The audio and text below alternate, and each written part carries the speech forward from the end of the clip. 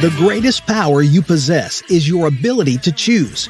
Join Lowe's Moore as he reveals how you can begin to maximize that power by exploring yourself on the deepest levels and committing to making lasting and positive changes. Get ready to achieve breakthroughs that will lead to accelerated growth and transformation, because you are now tuned in to the Blueprint. Why the actions contradict the lamb. I'm fellowshipping when I'm with the fam. That's more relations. Good evening and welcome back to the BluePrint podcast. I should have this pillow behind my back, right?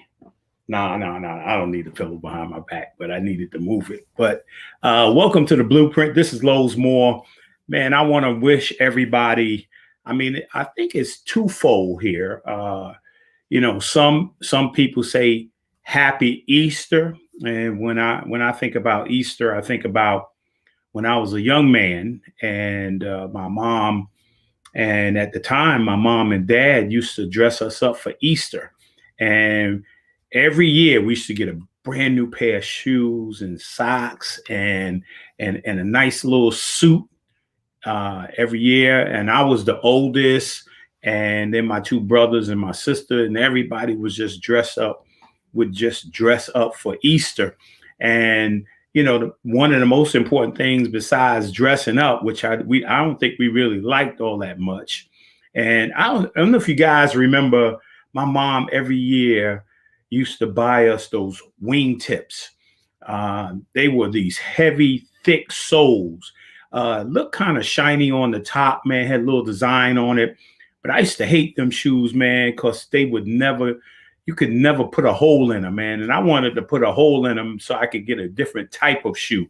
But my mom bought them things every year, man. And them things used to last for years. If you kick somebody, they would be really hurt, But I just remember Easter. The other part of Easter I remember is we lived in the projects. So my mom would take us downstairs, right? But she would go down before us and she would boil all these Easter eggs. That was the fun, boil the Easter eggs and then put all the faces on the Easter eggs and just all the designs on the Easter eggs. And she would hide some out in the grass and then she would hide some upstairs and we would have that Easter egg hunt. That's what I remember about Easter, right? And I thought it was all about the Easter bunny.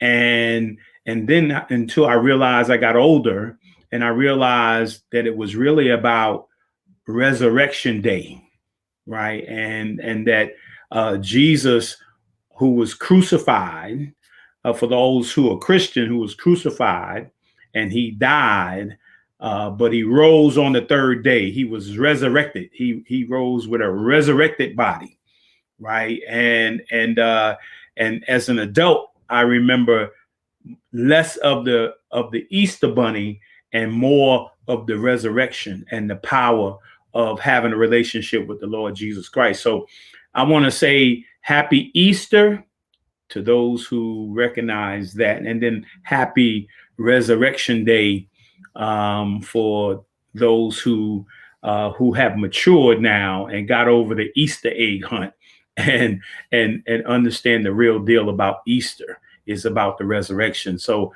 I want to say Happy Easter and happy resurrection. And I wanted to start out with something that happened to me this week as I was walking the other day. And I live in Mount Vernon, New York, and I was walking down the Hutch. I live off the Hutchinson River Parkway, and where the Hutchinson River, the river runs downstream. And most of the time when I'm walking early in the morning, there's no water there. And I just happened all year was no water. Even though in summertime, it looked like it just dried out.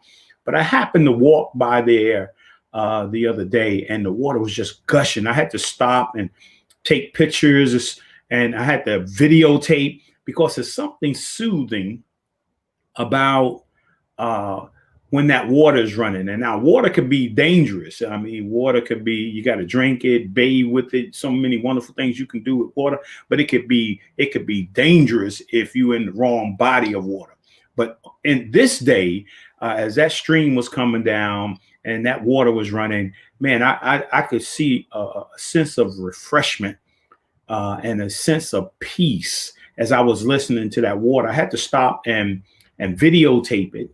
And then I had to take 2 or 3 minutes of just listening to the water, right? It was just something soothing about it. And the other thing is, you know, when you talk about streams, now that those streams are coming from a different body of water, and I started thinking about the streams of life. And I was asking the question, you know, I ask myself every single morning when I get up, what stream am I in? And we can wake up in the morning, if you turn on the television, right? And you turn on the television and most of the things that you hear on the news is negative. And sometimes it puts you in a negative stream or puts you in a stream of fear, right? And I try not to get up and listen to something negative. I try to take something positive, like taking out my Bible or my Bible app, and I started to read something during the course of the morning, try to get myself in the right stream before I get up, right? And I always say it's important not only to end your day in the right stream, right, but to wake up in the right stream.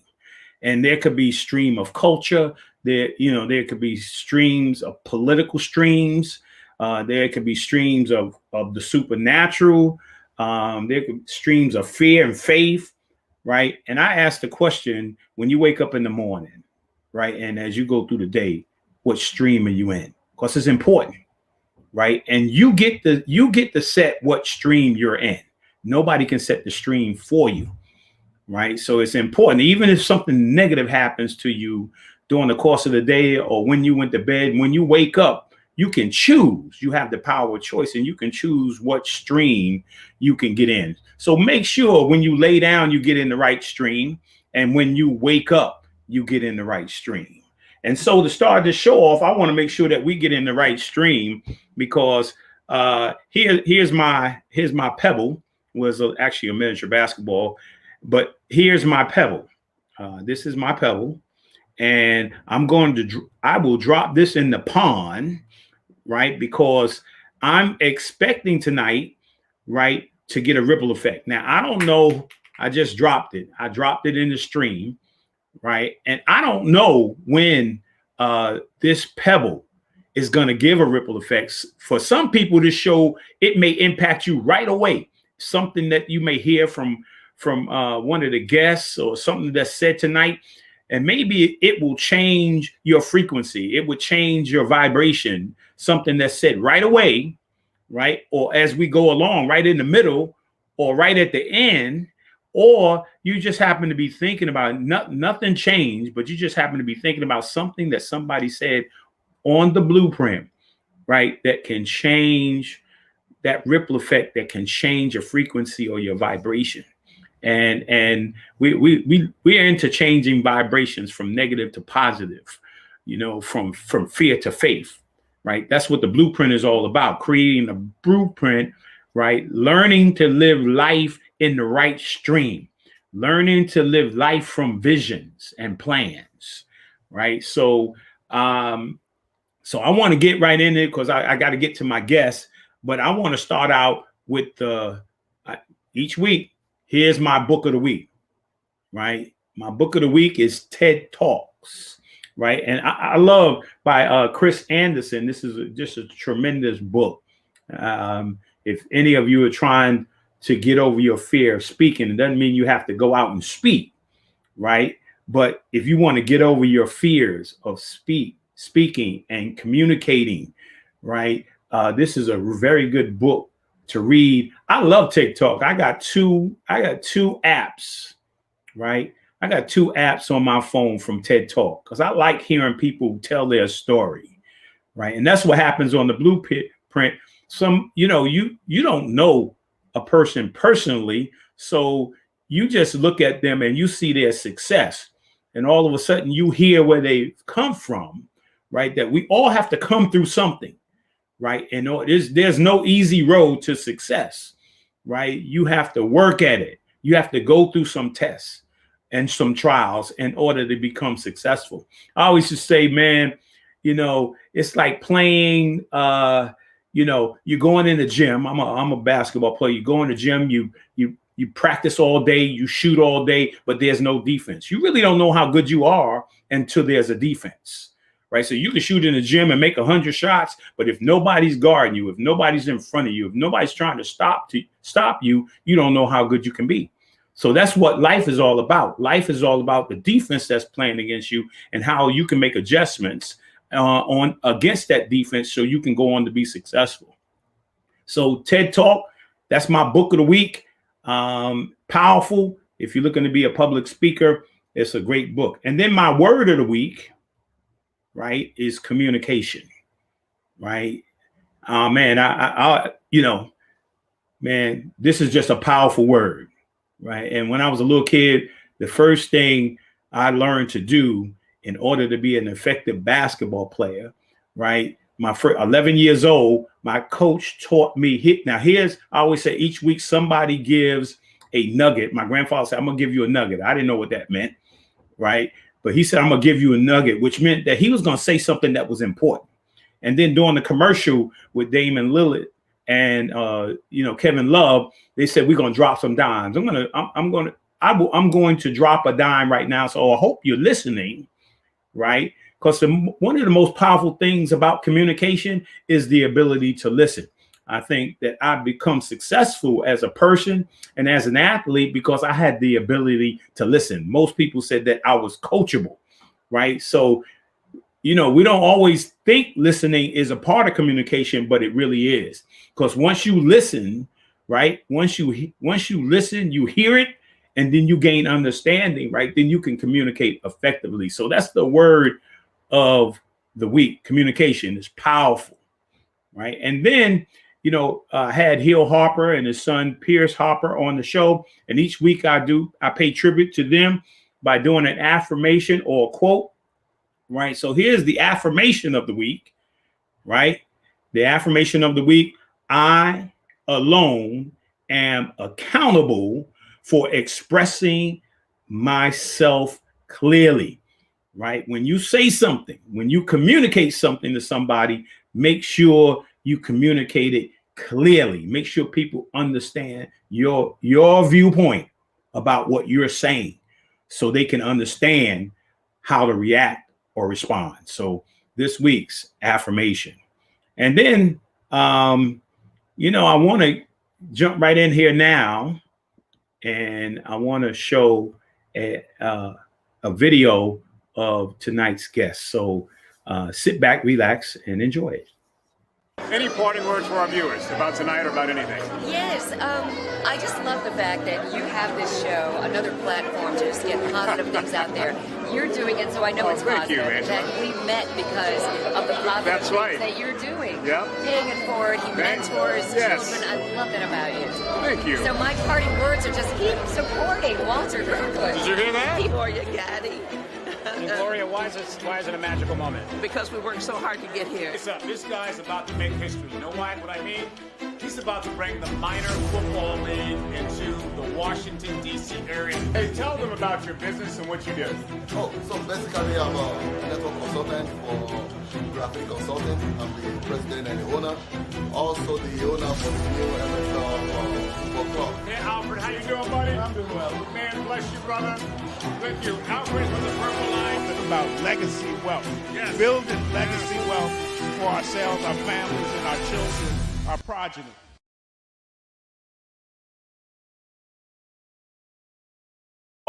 I bring on my guest. Can we show that first the Kirkland Corner promo? It's only a few seconds.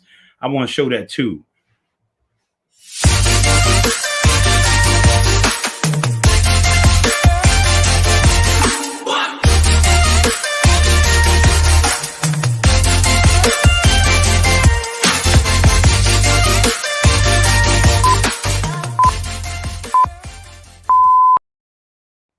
Yeah. So I want to bring to the show right now my good friend and good buddy, Walter Kirkland.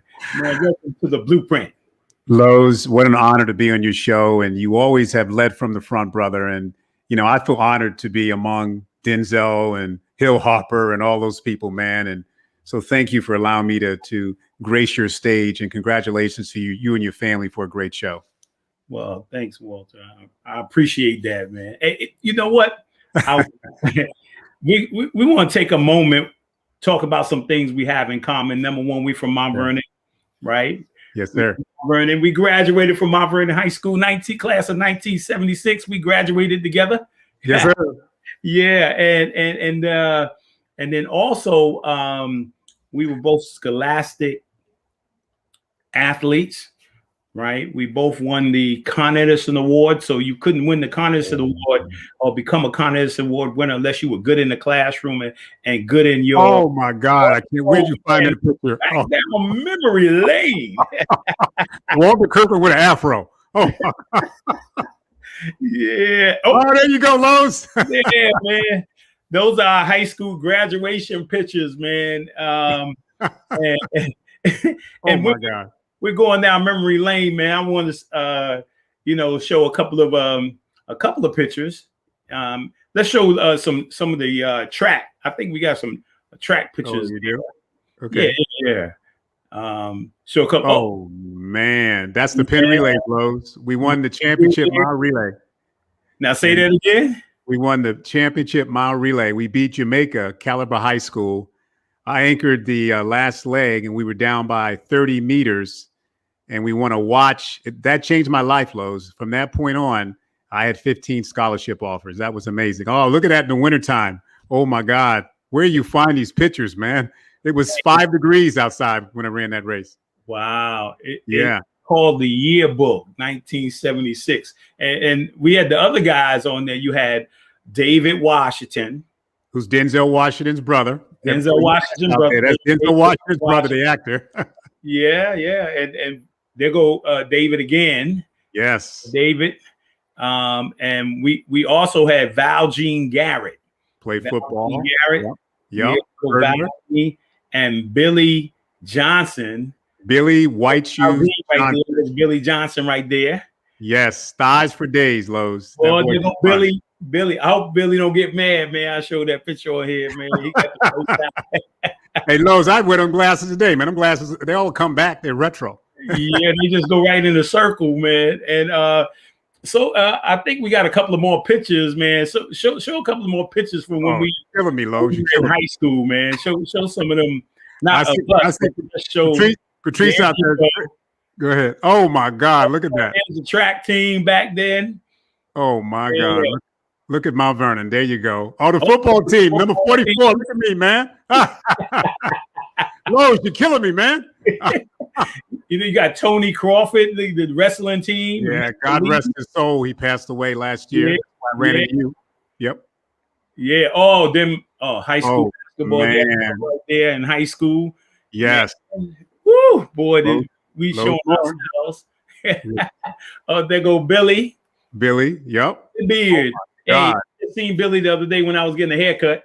Man, look at the afros, Lowe's. No, my God. You should Everybody had hair. Everybody had hair.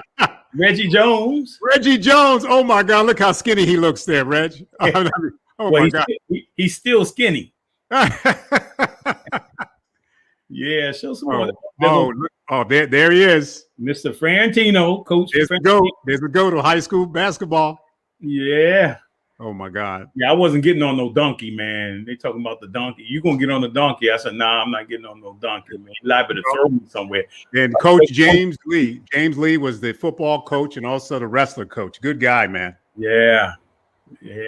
Keep showing him. I think David Ryder. Oh, one of my best coaches of all time. He's 90 years old right now, Lowe's. Yeah, he was awesome. What a nice guy. He still competes, believe it or not, in running.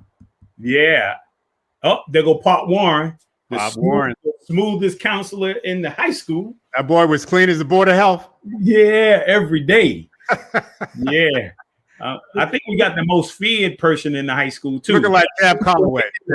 She's smiling now, but when we were in high school, man, she never used to smile. Look, get out the hallway. Never smile. but you and I, we were good citizens, Lowe's. We were athletes. We were smart. We stayed out the way, man, under the radar. Yeah. There you go. The prom. So, look at them big old bow ties. Oh my God! You took us out the yearbook, man. Yeah, man. I got it right out the yearbook, and just awesome, man. Man. You know, I always say, you know, I love my life, right? Yes. But if I had one place I would want to go back to, I just had such a tremendous experience in high school. It was a good time. I mean, I had a great time in high school. I was actually in no rush to leave. I mean, right. that's how good it was, you know, back then in high school, man. Everybody's like, man, I got to get out of here, man. But me too, man. That was a special time, man. Of course, now I'm being married and family and stuff like that.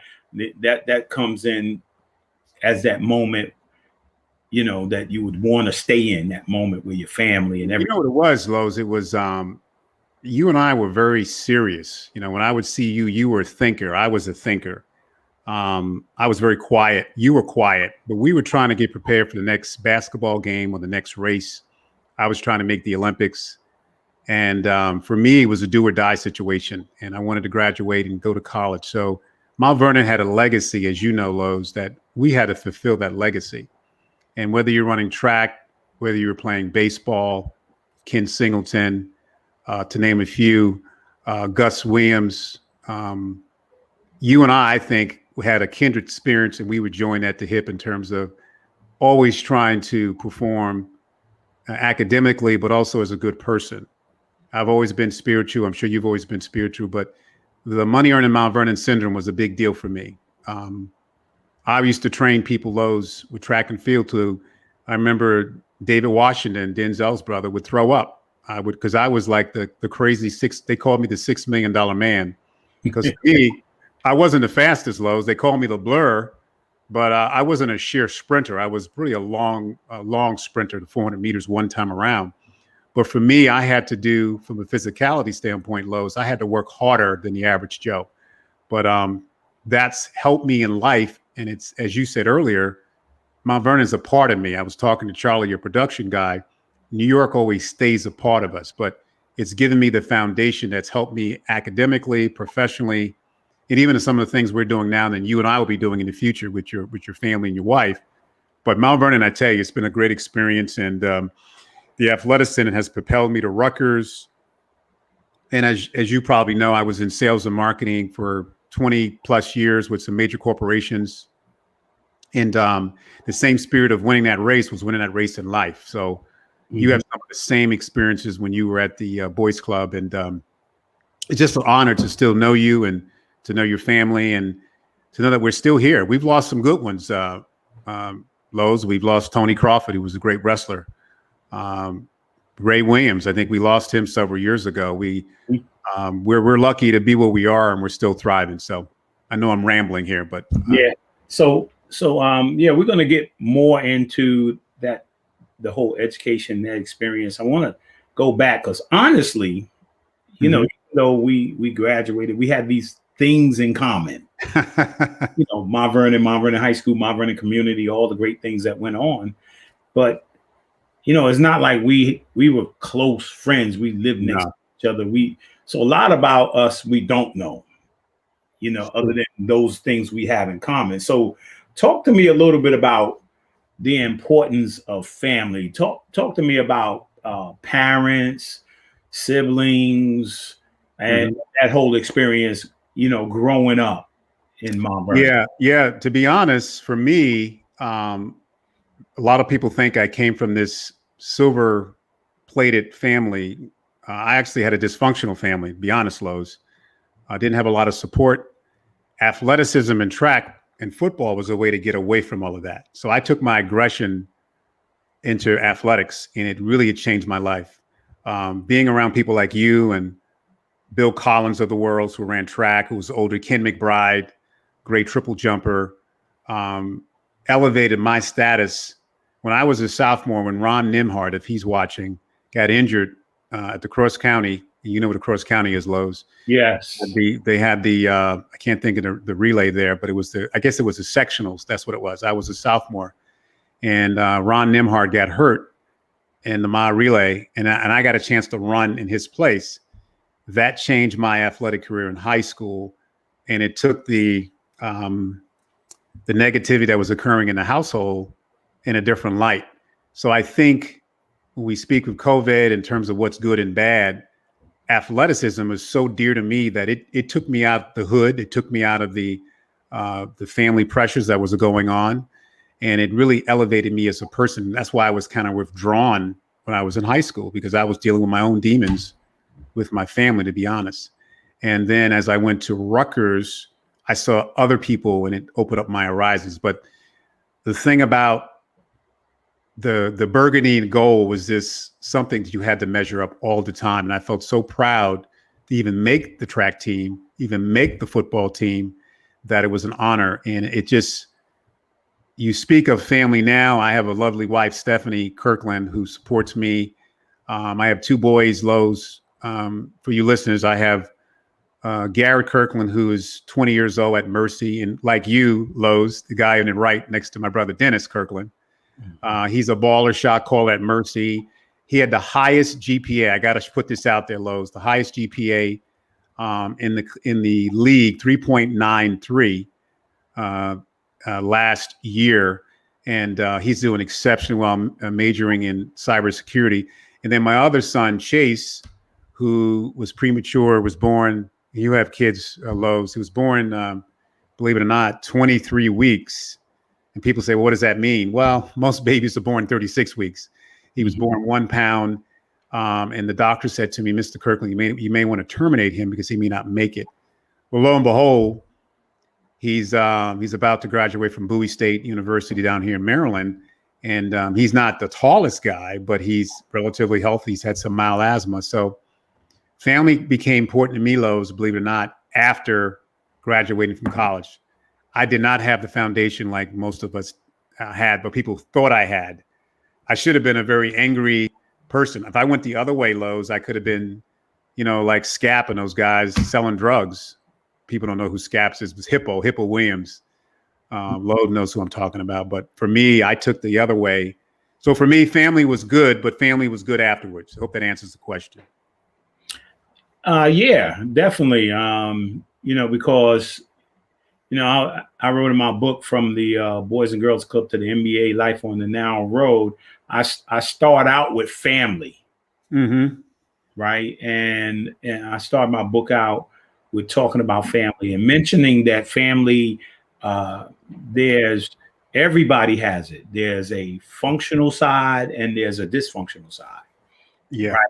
But we still love family, both dysfunction and function. Now, functional side of it, but ultimately it makes us who we ultimately become. Yeah, going through that. I single parent, domestic violence. And I've lost a lot of loved ones. You went through it too, then? Okay. Yeah. And so, but I talk about that the first chapter in my book. That's what I talk about. And like you said, is just over, you started finding places to put your energy. Yes.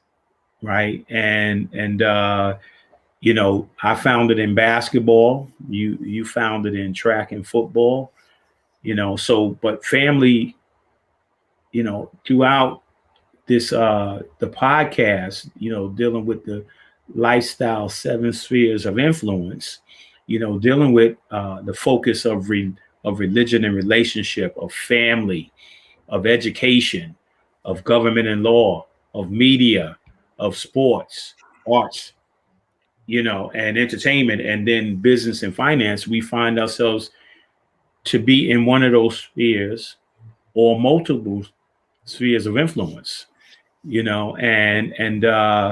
which becomes very powerful to be able that we had sports and coaches, that come into our lives, and mentors that come into our lives. And let me just hit on the coach piece. And I'm not sure, I'm curious what you're going to say. My coaches, Lowe's, was like a father to me. We had Bob Brooks, who, God rest his soul, died about 3 or 4 years ago. This guy was this big, you remember Coach Brooks. He was this big 6'4" guy, very quiet, withdrawn. Used to drive that black Impala Lowe's and was a gym teacher. And you say, so what? He's a gym teacher. But this guy really got me through high school. Took a liking to me and really mentored me like a dad when I had no dad. Where Coach Ryder, who's still alive, God bless him, he's 90 years old. He was more of the efficient, in charge person that was the head coach, where Brooks was the assistant coach. And this was a very racially diverse time back in 1972 to 76. And, Lowe's, I don't know about you, man, but the whites and the blacks got along pretty well back then. I mean, I had no issues, and I forget the percentage of blacks and whites, but these two guys for me was my dad when my father was not around, that allowed me to say, you know what, you need to do it this way. Scarpino, who was a football coach, he had his own thing going on. He was not like a father figure, but those two coaches, I don't know about you, really was like a surrogate dad that gave me the proper way, black or white, that I'm so grateful to this day. People say, well, who's Walter Kirkland? Walter Kirkland is Dave Ryder and Bob Brooks. And I, unfortunately, I can't say a father figure from my family, or even a brother figure from my family that really that showed me the way, because there was so much dysfunctionality that I had to find another route. And God helped me with athleticism. I was a decent athlete. That it really put me in the right direction. That changed my life radically. Right. Yeah. And before we move on, you had mentioned Scap, who I played with in school and ended up going to college. Did very well in college, and we almost played together again. Okay. In semi-pros in the CBA. Oh, okay. And he just missed out on making the team, and end up buying property and works now somewhere down in New York City doing, taking care of his family, wife and children and stuff. Nice. Dennis, which we call Hippo. Right. A lot of pressure in the family. He had so many successful, like Ray, and you had Gus and Ray, and then you had Dennis, which is Hippo, and then you had Scap and Hippo fellow and Sam. Of course, you can't forget Sam. And I mean, anything, like Hippo right now, man, is just like one of the greatest. I mean, handyman. Oh, is that right? Yeah, I mean, he can fit anything. Think about it. I mean, Sam is doing a landscaping business, man, during the course of the summertime, and Hippo, man, you talking about replace a window, you talking about fix a roof, man. I believe that the Williams family is so talented. Anything that they set their mind to, right, they could actually do.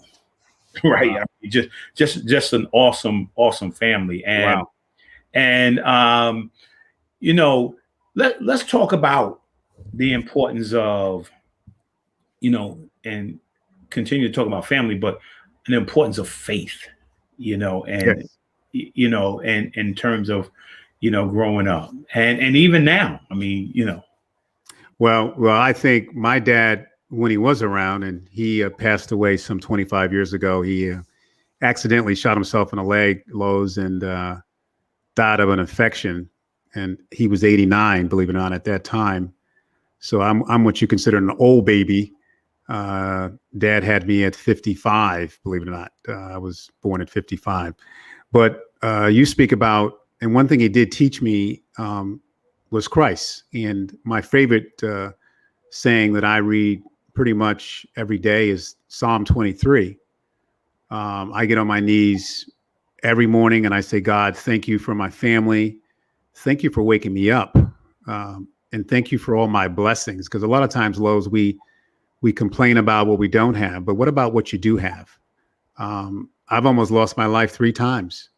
One time, Lowe's, I was riding my bike doing wheelies down on Warren Street. I can't think of the main street there. But anyway, I was wheeling into the main streets down there near FedEx, near Brush Park.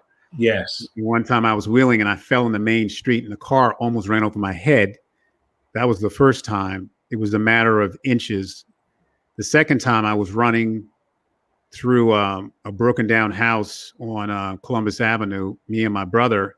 And it was you're inside the house running around and my wrist hit the front door and my main artery in my wrist, blood was shooting 6 feet in the air. I almost lost my life then. Then the third time I had a thing called sinusitis. I have a scar on my eyebrow. You probably can see it. It was the size of a grapefruit overnight. And I was 13 and they had to go in there to take out the abscess. So you say, as God in my life, God is so important in my life. I'm the chaplain for Bowie State track team down here in Maryland. And when God's around, Lowe's, when you're on your last lap or when you have your last, believe it or not, $20 in your checking account and you get this check in the mail or you get this, I do a lot of like voiceovers and media spots. And sometimes I get these checks in the mail for voiceovers that I've completed or media projects. But God has a way of when you are true and authentic, that's the key. When you're authentic to God, and happy Easter all to your listeners today, he will bless you. And when you give of yourself and you give to others, because it's not about Lowe's, it's not about Walter Kirkland. What have you done for the other person? Have you inspired? And I say to myself every single day, good Lord, did I inspire someone? What can I do better? What did I do right? What did I do wrong? How can I be a better man, a better husband, a better father? I mean, that is every single day. And I know Lowe's does the same thing because we're Christ men that you always can do better. So yeah, to say that it's not important, it's very, very important. I'm a member of Coach Tony Dungy's Bible study. We meet on Wednesdays with James Brown, the CBS commentator, and we have about 90 people on this national call. And Coach Tony Dungy, as you know, was the first African-American to win the Super Bowl. Mm-hmm. You talk about a man, he has probably 4 or 5 Bible studies, but Christ is very important in my life. And I'm still standing, you're still standing, Lowe's. And, we've been here 6 decades. So absolutely. Yeah. And that's awesome, man. And you need when you're going through life, you need somebody, man, who you can reach out to, man, at a moment's notice and be present for you. And I found God to be that. And the other thing, so talk to me a little bit about, we know about high school, and talk to me a little bit about going to going on the college and higher education, and talk about your career, career you entered. Yeah. And I have to say this because you went to Rutgers University, man. I had some, basketball battles with Rutgers University and James Bailey. And oh my God. Hey, Lo, the last time I saw James Bailey, you won't believe it. I was in the bathroom and I'm like, wait a minute. Are you James Bailey? Yes, I am. So we were in the bathroom together. It's so funny you say that, but go ahead. And talk to me about going to college and the whole college experience, and then the transition from. Yeah, absolutely. So I had a chance, much like you, Lowe's. I had several scholarship offers. I actually flew to West Point. West Point was not for me. I was not a straight-laced guy. I wasn't feeling West Point. They flew me down to Auburn in Alabama. Lowe's, man, they had jerry curls and gold teeth, man. And I'm like, Lowe's, I'm a city boy. I'm from New York. This is not going to work. They were going to pay me to go Lowe's, and you don't pay track guys to go to run track. But I'm like, yo, I appreciate you guys. Manhattan College was another one. They were on me. Texas Christian was another one. Brandeis University, yeah, another Texas. I should have went there, Lowe's, because they had a better track program. But I ended up going to Rutgers, and I remember going there, and it was less than 5% minority. I was terrified. But the good news is, Val Jean Garrett and David Washington, who also ran track, they had signed a letter of intent several months before me, and I was kind of holding out, trying to see if I could get a better deal, or, I was trying to make the Olympics. But I ended up saying, you know what, they're going there. Why not go there together? We went there together, Lowe's, and we did the same thing we did in high school. It was the boys from Mount Vernon. We won the pin relays. We won a national championship. It was just a great experience academically. Had a good career. I was on a student advisory committee. It was diverse in terms of more majorities than brothers and sisters, but it taught me about CNN. It taught me about education. It taught me about the rigors of academics, real academics. And then I graduated, and I was blessed enough to work for some major corporations, Lowe's. I was blessed to work in sales and marketing for 30 plus years, to be honest. I worked with IBM. I worked with Xerox. Xerox probably was the best sales training. It's called spin selling. I still use that to this day. I was there for 10 years. Then I went to GE Healthcare, which was selling medical devices, ultrasound to doctors. And I tell you, my income was when I made more money there. And you didn't have a lot of minorities in that business. So I was blessed enough to have God on my side to work there for several years. I worked for Honeywell, national account manager, great selling for 8-9 years. So through my career, I've had some great training with some great companies. And then from there, I went to Samsung Healthcare. A lot of people know that Samsung, that makes the phones, they have a healthcare division. Wow. I worked there for several years. People don't know that. And then the last several years, I've been doing media and healthcare consulting with this Kirkland's Corner I've been doing. And I do a lot of, I've been in about 20 movies. A lot of people don't realize I've been in 20 movies. That's Kirkland's Corner. That's my show right there that you're showing. Right. That's a community show that we do, much like yourself. We do it probably once a month, not as much as you. When we were in studio, we did it more. But with COVID, they had to shut down the studio. So we've been doing it virtually. But it's a community talk show. We've done about 20 of those, and it's been a lot of fun. And we have another one coming up for you viewers this Thursday. We're going to have the first African-American mayor of Bowie, Tim Adams. He's about to run for comptroller of the state of Maryland. This man, Lowe's, is in a wheelchair. He had a very tragic accident, and he can't walk anymore. But if you meet this dude, he is just a beast. He has a company, defense contracting company, where he just won a contract, Lowe's, for $500 million. I'm going to say that again, $500 million. He's very successful. And along with that, he wants to run for the state comptroller.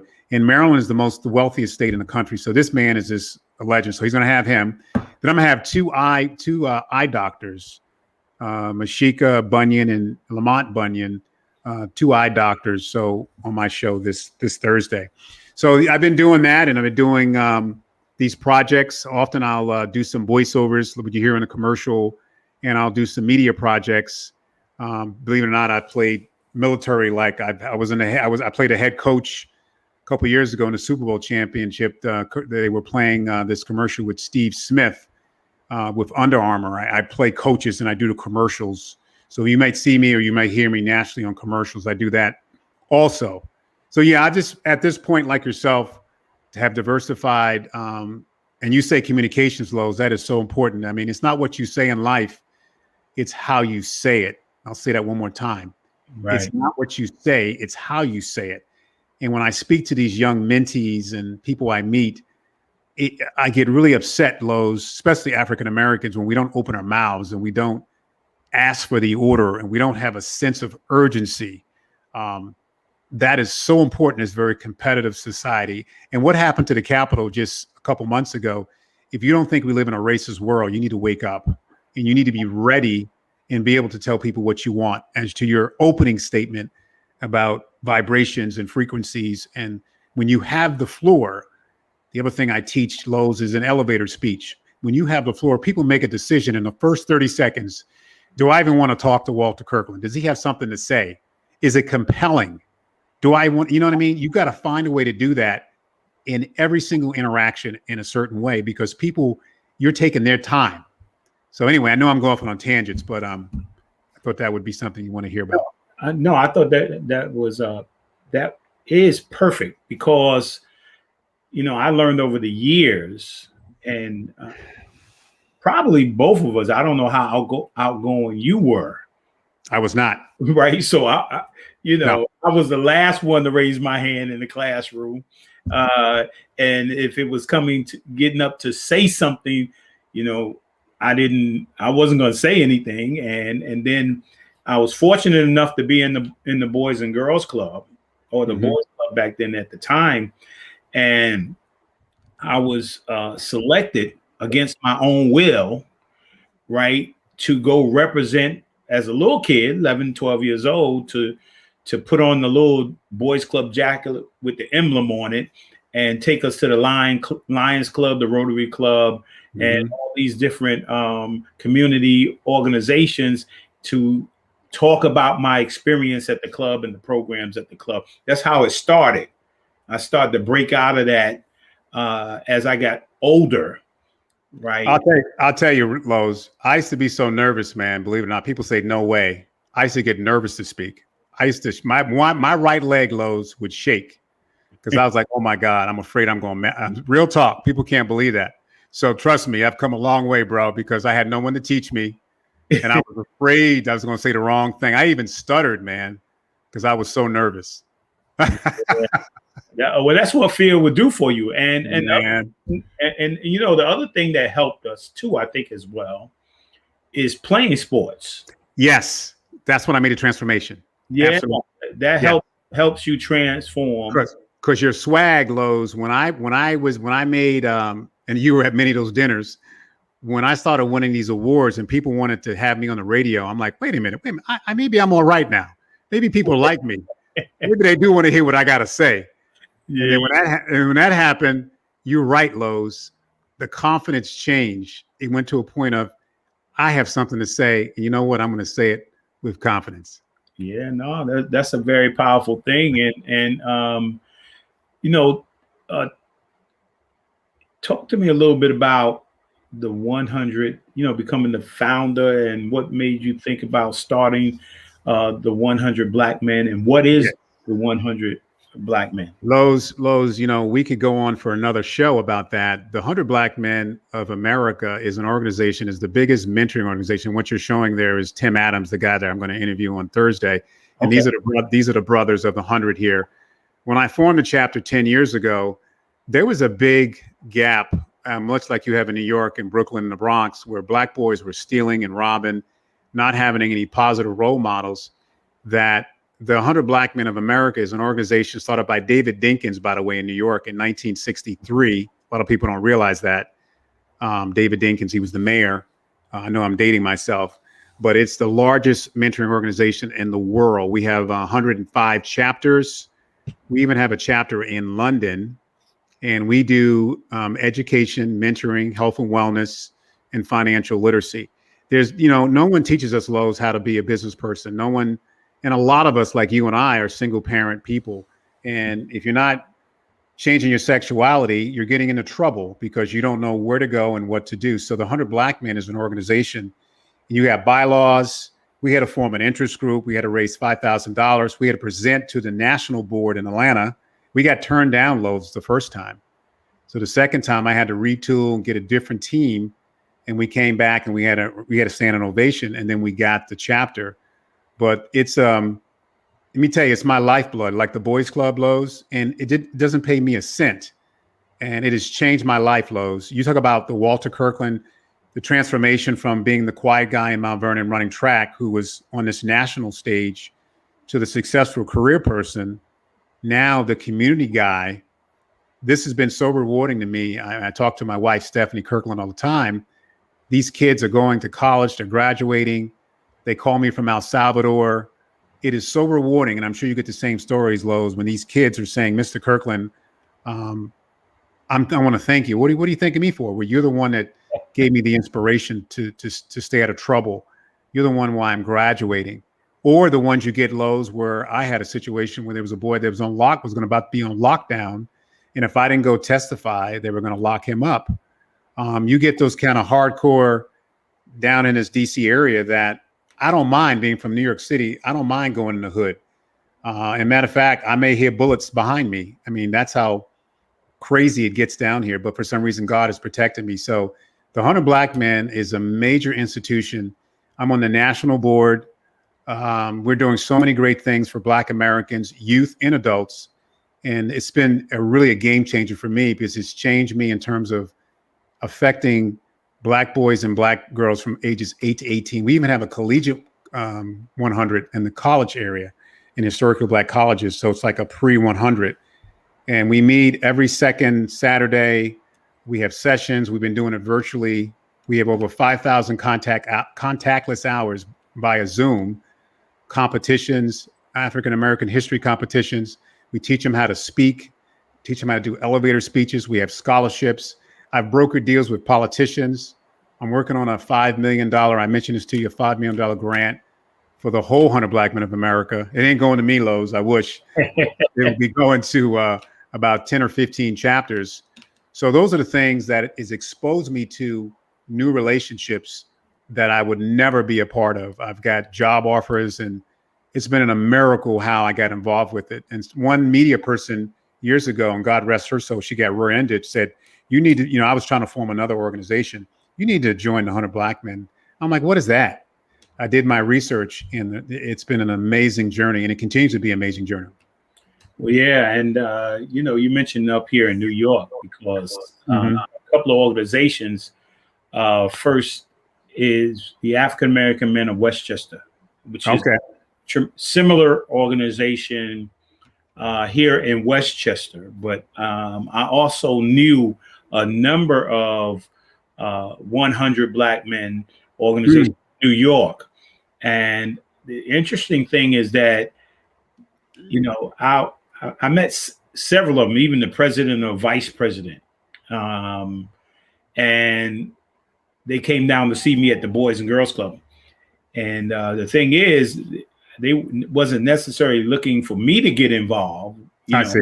I was always, I'm always like want to join other African American men that were doing stuff to help, community stuff, mentoring to help young. I was, always doing it in Mount Vernon, so in Westchester, and I was thinking like, oh, they coming down and maybe they want me, to get involved with the New York. But he used to come down. He used to come down and talk to me about how could they get Denzel to honor Denzel Washington. Oh wow, okay. Like, okay, well, you talk. I thought you was coming for me, but you coming for Denzel. Come on, man. That's that misdirection, Lowe's. Come on, man. But I used to research them, and they did a tremendous job with the mentoring program, as you said. And then there was the Eagle Academy. It graduates 100% of the African American young men that go to the schools with a strong right to passage program, which is powerful. So kudos to the 100 Black Men and what you're doing in regards to mentoring. And I think I came down and I was participating in one of your golf outings down there. You were. That's right. You did an amazing job, man. Thank you. Yeah, it was just awesome. And we have another one, Lowe's, that you got to come down on October 4th with the great Doug Williams, the Super Bowl champion. Yes. So you need to mark your calendar, October 4th at the Country Club of Woodmore. We got Dominique Wilkes. I'm sure you know him. He's confirmed to play. Okay. The Hall of Famer. We're working on Steve Harvey and some other notables, Chris Tucker. So I'll let you know about that. But that's going to be a big one. That's the 100 Black Men of America. Right. Right here in DC, October 4th. So for you listeners, we also have activities for non-golfers. We're going to have a VIP reception. You don't want to miss it. Jazz, live entertainment the whole weekend, October 3rd, 4th, and 5th here in the Washington, D.C. region. So Lowe's can give you more information on that. Thank you, Walter. And remember, this is interactive. So if you got any questions for the great Walter Kirkland, right? I know we got some old school out there. We got some new school. Old school. Yeah. We got some old school and new school out there. A subject that I wanted to get into is that over the month of March, I had a number of pastors on. I saw that. Right. Pretty amazing. Mm-hmm. Yes. So, knowing that intellectually and physically, we have all been given it all that we have. Marching, dealing with social justice, dealing with the pandemic, people living in fear, mental health issues, all things that you are reporting on Kirkland's Corner, right? Mm-hmm. Tremendous shows that you've had during this pandemic. Yep. Right. Addressing the health issues and all the different things like that. Yes. And then we were talking about faith, we're talking about God. And the question I have for those pastors, is there more? And you have visited us in our we were down in Baltimore when we had our men's conference, our men's retreat. Yes. And we're talking about a more experiencing God more. Mm-hmm. And so I want to address that. And in one of the second parts, or the very beginning of my book, after the forward, I started to talk about that every one of us is born with a purpose and born with gifts. Mm-hmm. And we each have a core gift, but we have gifts. Yes. Core gift was not track. Probably your core gift right now is communication, Yes. Yes. But we have multiple gifts. Like many people don't know, not only can I play basketball, but I was a good artist, like, cartooning and different things. So we don't know. But, and being an athlete or student athlete, being a former athlete, I want to get into this sphere of influence called sports, arts, and entertainment. Mm-hmm. And maybe throw some business and politics and however, but most people focus on the arts, entertainment, and sports. What I have on my Facebook page I started was called the Purpose-Driven Athlete. Mm-hmm. Right. I don't know about you, but I was purpose-driven. I knew not only that I wanted to play professional basketball, right, but I wanted to play for a purpose. Number one, I wanted to eventually start my own business. And number two, I wanted to use the resources that I have, not only be blessed by those resources, but to be a blessing. Mm-hmm. And so, let's speak to, because you look at LeBron James. Right. Right. And I'll throw Jalen Rose, LeBron James, both of them started schools. Yeah. Great athletes, gain wealth, and now giving back. Right. And so talk to me a little bit about why athletes should have purpose and should be purpose driven. Well, I think you have to be purpose driven because you are, believe it or not, you're role models. And for me, it's not just picking up a basketball or picking up a football or running your best race in life. You're going to laugh, Lowe's. You got to lead from the front. I say this to my wife all the time. You got to lead from the front. If you've been chosen to have this athletic ability and you're able to do that and still be a student athlete, people are watching and listening, just like people are watching and listening to your show and watching and listening to me on my show. You got to have a purpose because otherwise you're just kind of just hanging out there. And my purpose is to inspire and to motivate and to bring people together and to bring those rhythms together because it's so important to connect the dots.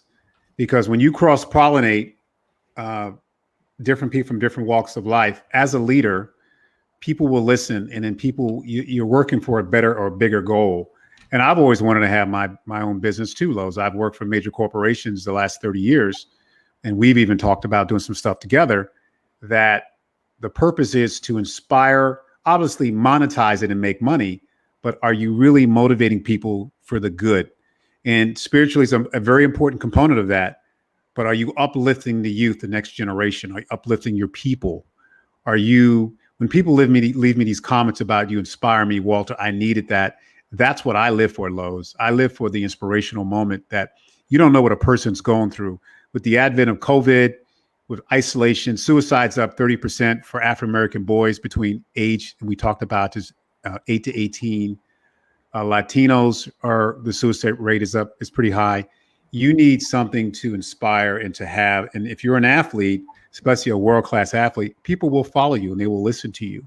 So you got to really kind of plant your feet and lead from the front.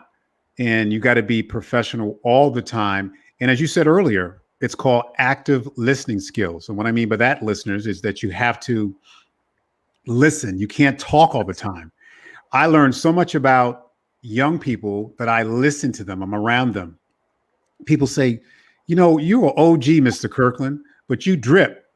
Drip means looking good, feeling good, and smelling good. So I try to keep that combination of old school and young school to keep me relevant.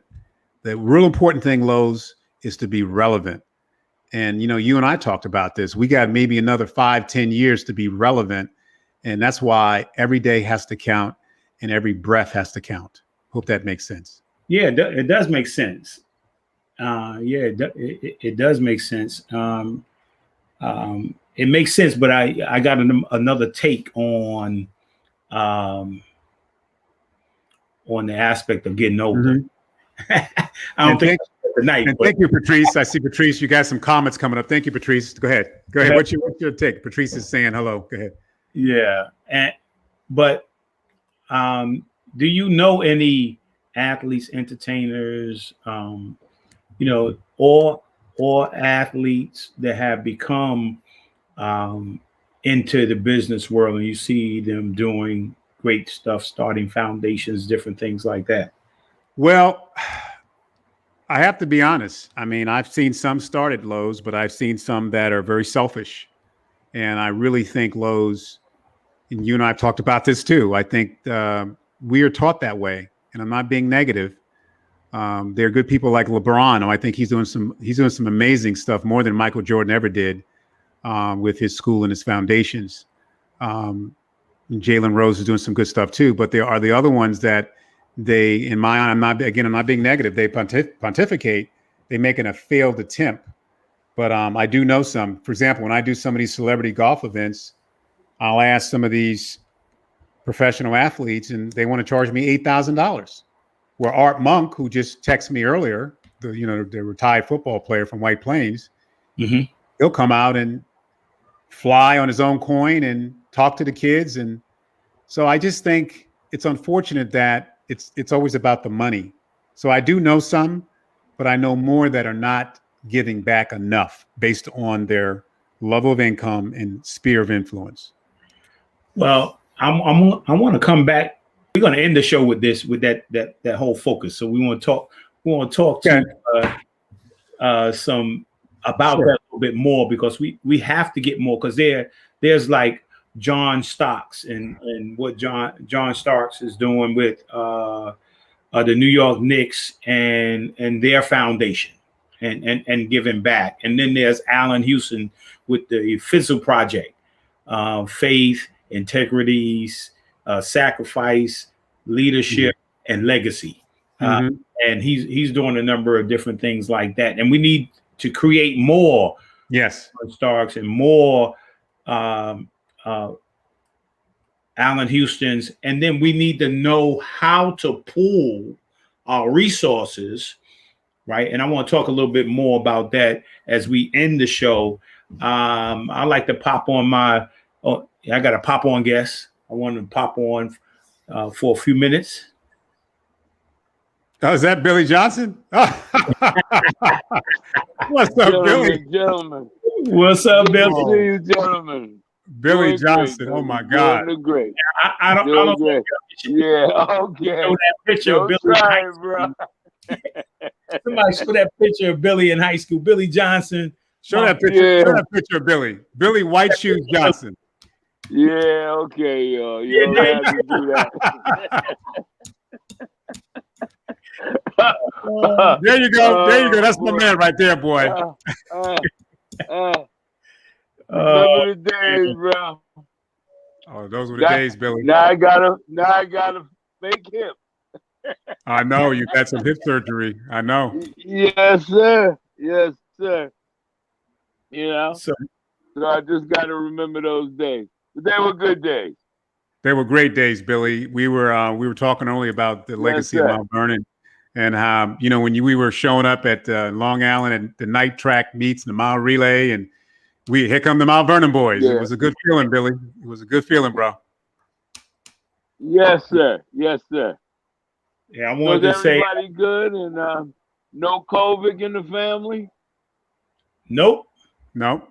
Well, we had my wife's aunt and of course my son-in-law, but he's kind of moved past this.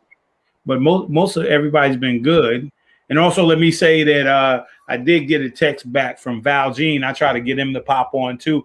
He had a prior engagement down in Tampa. He told you're trying to get Val? Oh, yeah. He told me to tell you guys hello.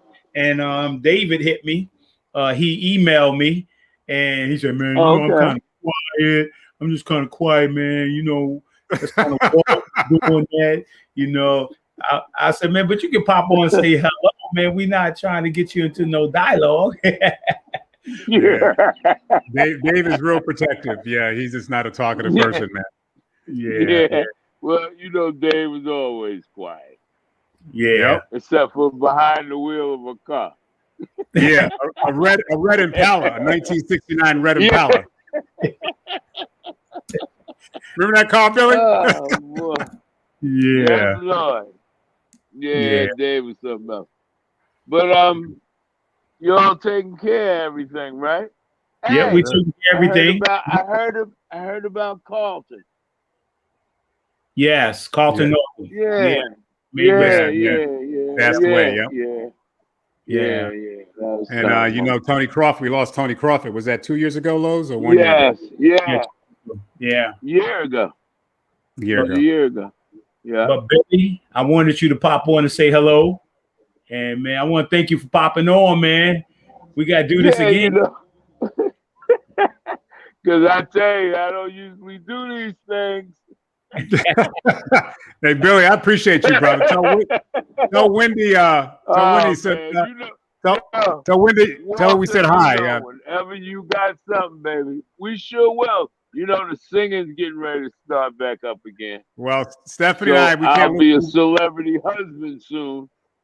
Well, we look forward to see them shows. Stephanie says hello to Wendy too. We sure will. Right. Cool. Thanks a lot, man. Thanks a lot. Yeah, I got my grandkids here today. Stay safe. Thank you, Billy. All right. Billy. Love you guys. Love you too, man. Love you. Stay safe. All right, baby. All right. Yeah. Oh man, you tried to set a brother up. Go ahead, Lowe's. Yeah. So let's I don't know if there's any questions out there. Remember, this is interactive. So if you got any questions for Walter, you got any memories for Walter, man, pop them on the screen, man, as we come down to these final moments here. But I want to talk about the importance of athletes having a purpose and to be purpose driven. Yep. What's your take on it? You had a different take on it. What's your take? In terms of the purpose, you said you had a different take on it before we went. I had a different take on. You were saying, I know we're getting. Oh, you mean about Allen Houston? No, you were just talking about. I had a different take on when you were saying we're getting older. Oh, and we only have a few more years here. I said 5 years. Yeah, 5 years, and I had a different take on that. That's good. That's good. When you think about Bob Proctor's 83, he hasn't slowed down yet, right? I'm taking the Bob Proctor approach. Man, that's good stuff, man. Yeah, I'm taking that approach. I keep changing my paradigm, and changing my frequency and my vibration, and drawing and attracting people, right? Yeah, your circle of influence. Yeah, yes. And then in regards to the, when I think of some of the athletes, particularly NBA players, I know they're like Curtis. I'll say some individuals like Curtis Martin. I had Curtis Martin on the show. Yeah, and Curtis Martin is a purpose-driven athlete. As like I mentioned, Allen Houston and John Stockton. John Stockton, but also John Starks. Purpose-driven athletes, and there are many of them who on my page, on the page for Purpose-Driven. Looks like my wife says Stanford ladies win the NCAA championship. Oh, there we go. Yeah, I think that's her first one, right? And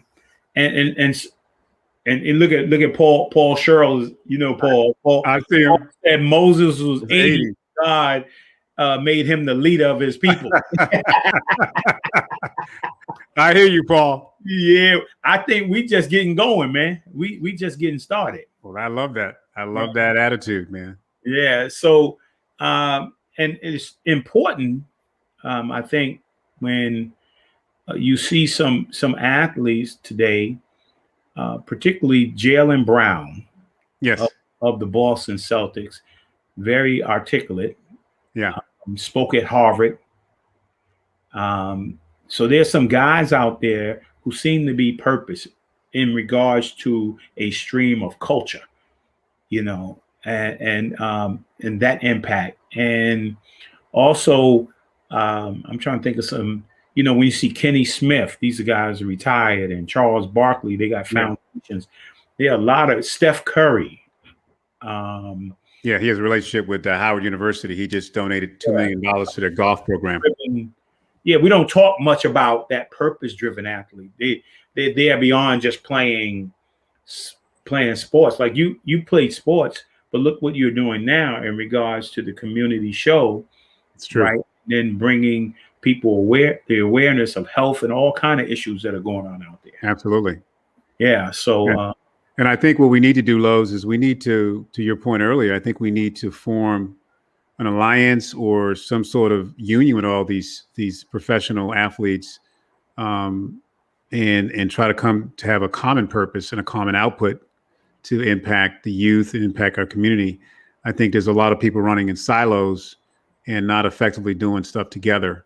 But I think it needs a little more focus to, put that out there and let people know the good stuff that's happening and what not all athletes are, and I'm not saying Michael Jordan's a bad person, but he's just a little more selfish than some athletes. He's to make it an effort, but there are some good people doing some good stuff. Well, yeah, and I think Michael has grown over the years. Yeah, in his recent investments, I think he just donated $100 million towards this cause for injustice, right? And over the next 10 years. Right. So I think Michael has matured and evolved. That's great. Right. And you should read that story recently and his impact, impact particularly in the Charlotte area, his impact. But I think we should be able to do what I consider is that we should do a conference. Yes. A national conference. Yeah, called the Purpose-Driven Athletes Conference. Okay. Right, where, yes, we're talking about being successful student athletes and athletes, right? But we have to sow the seed that we have to be able to turn around and come back and give back to our communities. Also, we need to talk about if there are other individuals out there that need financial support when these guys are making millions and millions of dollars, are there projects out there that we could support? Yes. And they need write-offs. They really do. And a lot of these athletes, Lowe's, don't know some of this stuff. So they need write-offs. And it's a good way to focus with some organizations that could use their help and support. There's a big push for Black youth, Black Lives Matter, based on some of the reparations and what's happened with all this craziness with the Trump era. So I think it's the ripe time to do that, to get with some thought leaders and some leaders through the NBA, you know, through some of my contacts with Edwin Moses. He's the world's famous hurdler. Tommy Smith is the brother who was on the stage with his fists.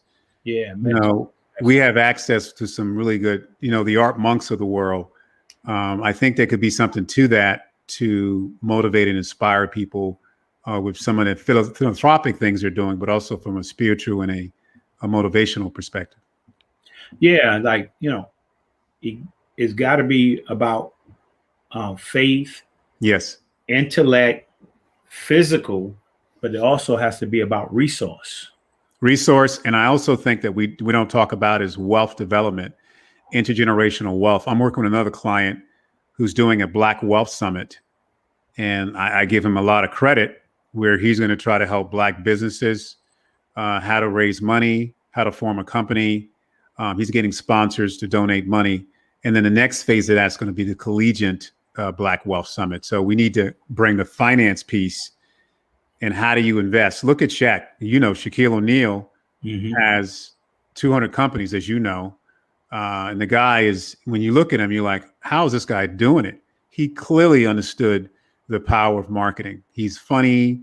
He's inspirational in a different way. He's 7 foot tall, and he's not the best communicator, Lowe's, but there's something about he has that extra sense that people don't have. Charles Barkley started to diversify his profile to do more marketing. Well, yeah. So, yep. Magic Johnson. You know, there was another A-Rod. Yeah. You know, he started to diversify himself as well. But problem is pooling those things. Correct. Right. And I think there's the need to do that. I think you need people like a Lowe's Moore or Walter Kirkland, who's been professionally and as an athlete, but also as a professional person, to be the conduit to bring it all together, to kind of make it an output that everybody kind of learns and earns from. Yeah. And then I think the other side of it too is that one of the things that Ben Gordon and I were doing was, you know, in the game playing, and we did this thing called the game outside the game. Okay. Right. And so, you know, we brought in the individuals around Ben. Like at the time, he had a personal trainer, he had a finance person, he had his foundation person, he had his sous. Right. He had all these different people around him, and they worked for him. Right. And many of them were former athletes. Okay.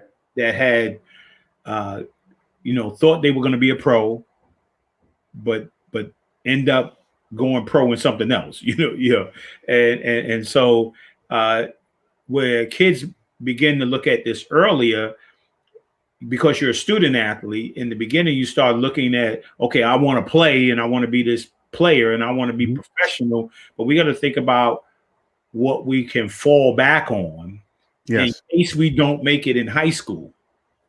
In case we don't, what happens, man, if I came up and I wanted to be a pro and I got to Marvin High School and I didn't make the team, what do I do now? Exactly. But if I was already thinking in my mind, I love sports, right? So what else would I do in sports? Would I be a broadcaster? Would I, would I be a coach? You know, so we need to have our kids starting to, okay, I want to be a dancer, right? But I can't get on the stage, so maybe I need to be a choreographer. Right. Right. I want to be an actor. Well, maybe I can't get on the screen. Maybe I'm a writer. And we have to have things to fall back on. We need to fall back. Yeah, I think about, man, you're making me go back, woodshop. I used to love woodshop back in the day when you were making blocks and cars, and because I was using my hands, Lowe's. So I think we need to find a way to develop succession plans for youth who think the less than 3% want to be an NBA star.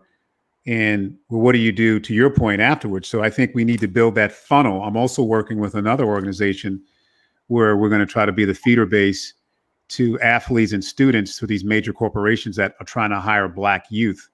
But there's no one teaching the Black youth how to interview.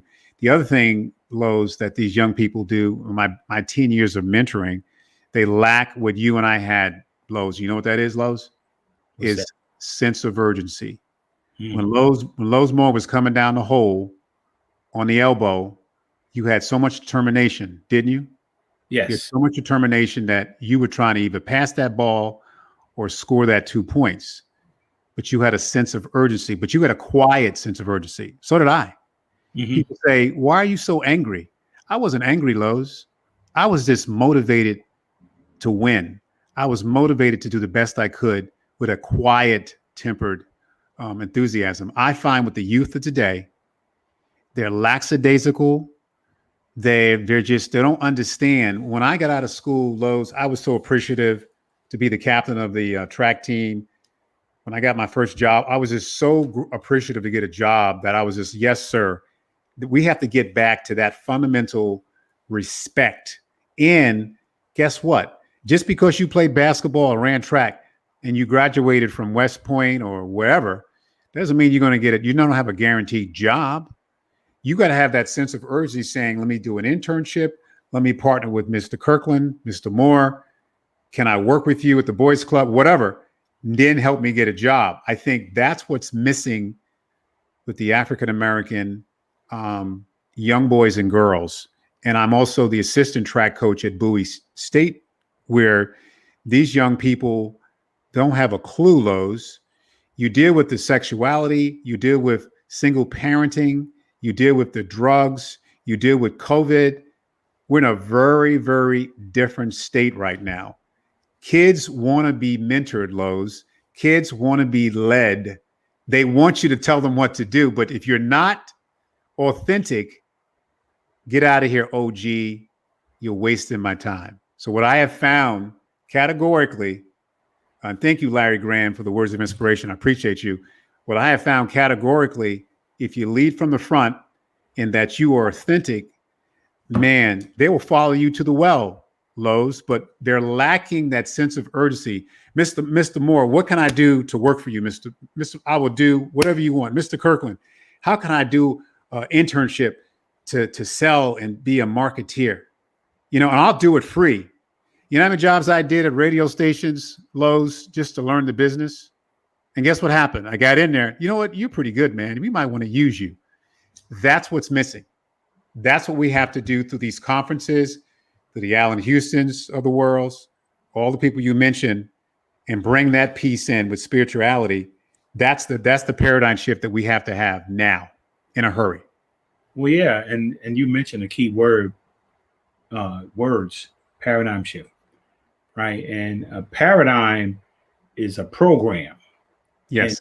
And it's sad that many of the young people we see, and this goes across all culture, right, find themselves in a place where they're just not motivated.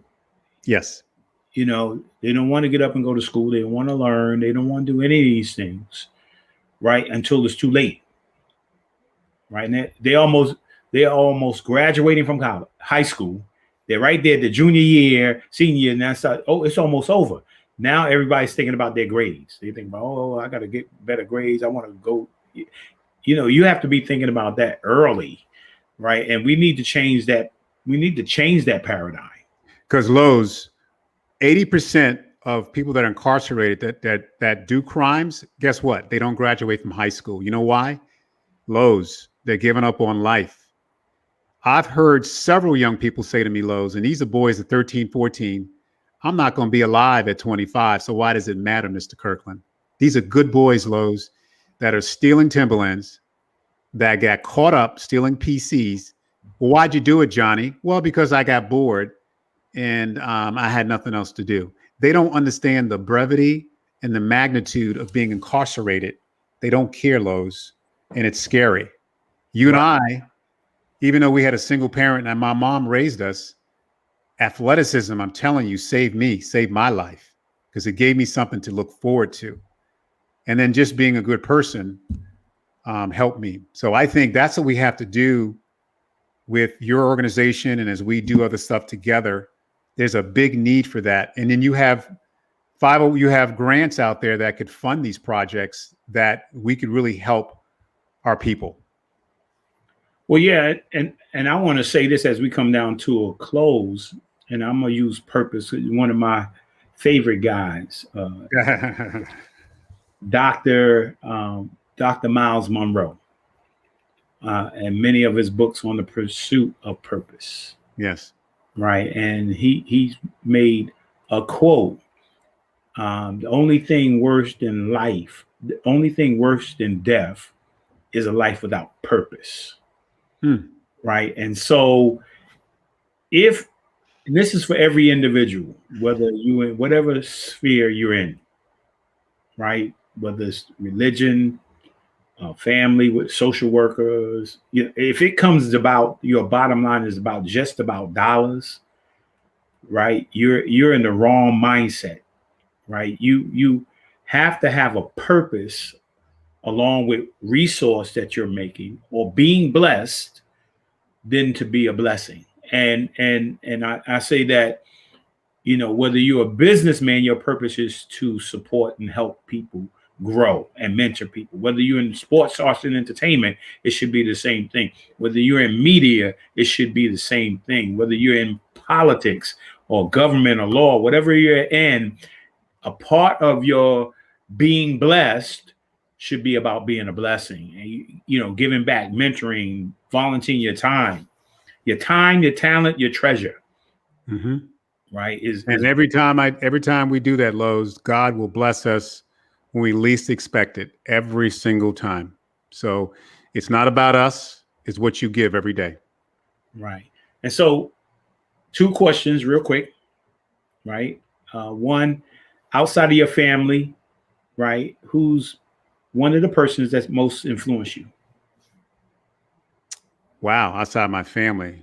Wow, that's a good question. That's a deep question. So I can't say my wife then, outside my family, right? Yeah, you can say that. Yeah, definitely. I have to say my wife. Stephanie Bridgeforth Kirkland has been monumental in formulating me to calm down and to be a better husband. And I tell you, we got married some 4 years ago, and she's been a blessing. She has a great family, the stuff I didn't have. Thanks for showing those great pictures. That's me competing as a senior Olympian. By the way, I'm still competing out there with my old self.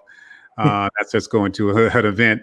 And I'll be competing in Fort Lauderdale in May of next year in the 400 meters. So I still run. But I would say she's been the most influential person in my life. You got that picture of me running? Okay. In the last 4 or 5 years, she's been an amazing, from a spiritual perspective, and her family and her foundation has been Stephanie Bridgeforth Kirkland. Yeah. And if you had something, if you had to leave a message with some young person today who may be looking or will look at this in the future, or some parent may show them, listen to this, what would you say to a young person today? I would say, every day you wake up, like you and I do, how can I be better? How can I influence someone else's life? Have a sense of urgency, because no one's going to give you nothing. Always be prepared, just like Lowe's did and I did for our competitions and battle. And just be prepared every single day, and be humble, because the minute you get cocky, Lowe's, the floor will fall out of you. So just be ready, ready for competition, prepare, do your homework, stay focused, keep God in your life, and surround yourself by people that are smarter than you. And that will make a difference in your life. Yeah. I heard it said that humility precedes blessings. Yes. Now you got to be confident. Yeah. You can't be, they would take my lunch money if I was like a little, you got to be confident, but you can't be cocky, because God will give it to you, but he will take it away. But people like confidence, but not cockiness. Yeah. So Walter, I want to thank you, man. This has been great. I've enjoyed the conversation. We're going to have to do this again. think so, man. This has been awesome. This has been like waiting to exhale. I didn't think I thought I'd be interviewing about, but this is the good stuff, man. This is really a game changer, bro. Yeah, I appreciate your time. And I want to say thank you to everybody who support the Blueprint each and every week. Next week we're going to have the great Pastor Richardson, Franklin W. Richardson from Grace Baptist Church, along with the second half of the show is going to be Pastor Cornell from Overcoming Faith Ministries. They're going to be on next week, and we're going to talk about, is there more? So have a wonderful weekend. Yes. Rest of the weekend. You only got a few more hours left, and then have a blessed week. God bless you. I love you, and look forward to seeing you next week. Thank you, Lowe's. Thank you, Walter. All right. Peace. Peace. We really hope you enjoyed this episode of Lowe's More, the Blueprint podcast. Stay connected and follow us at our website, www.lowesmore.com. That's LOWESMOORE.com. You can also join the discussion on Twitter at Lowe's More and on Facebook at Lowe's More Jr. As always, thank you for pushing your mindset towards a better reality. This concludes the most thought-provoking portion of your day. Don't forget to like and subscribe to this podcast to stay fully up to date with everything we're up to. Until next time, be kind to yourself and each other. What they teaching is a joke. I ain't buying it like I'm broke. Insufficient funds for insignificant.